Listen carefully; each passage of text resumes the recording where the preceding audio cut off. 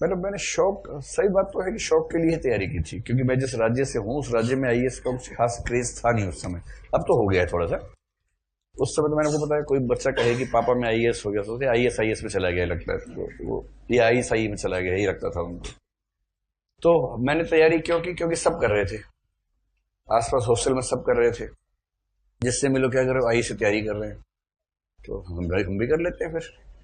इस भाव से कर ली थी, और पहली बार में सिलेक्शन हो गया तो फिर ये हुआ कि ज्वाइन कर लेते हैं। पर वो मेरी प्रकृति से नौकरी ना मैच नहीं करती थी, फिर मैंने ज्वाइन ही नहीं किया था दरअसल। एक दिन लेट ज्वाइन किया, क्योंकि ज्वाइन करना ही नहीं था। फिर मेरे घर में मातम का माहौल हो गया।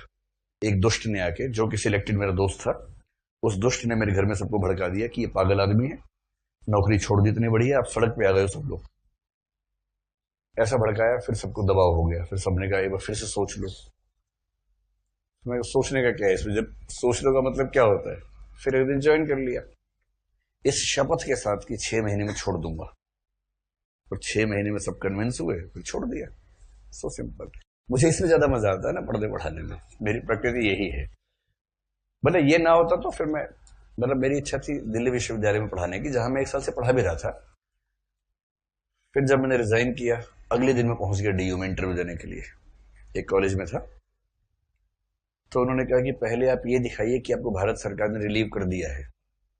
मैंने कहा तो मैंने सोचा ही नहीं था, मैंने इस्तीफा लिख के दिया, मुझे लगा हो गया काम खत्म। उन कमबख्तों ने रेजिग्नेशन एक्सेप्ट करने में 20 महीने लगाए। 20 महीने, समझ रहे हैं? उन 20 महीनों की बेरोजगारी का परिणाम है दृष्टि।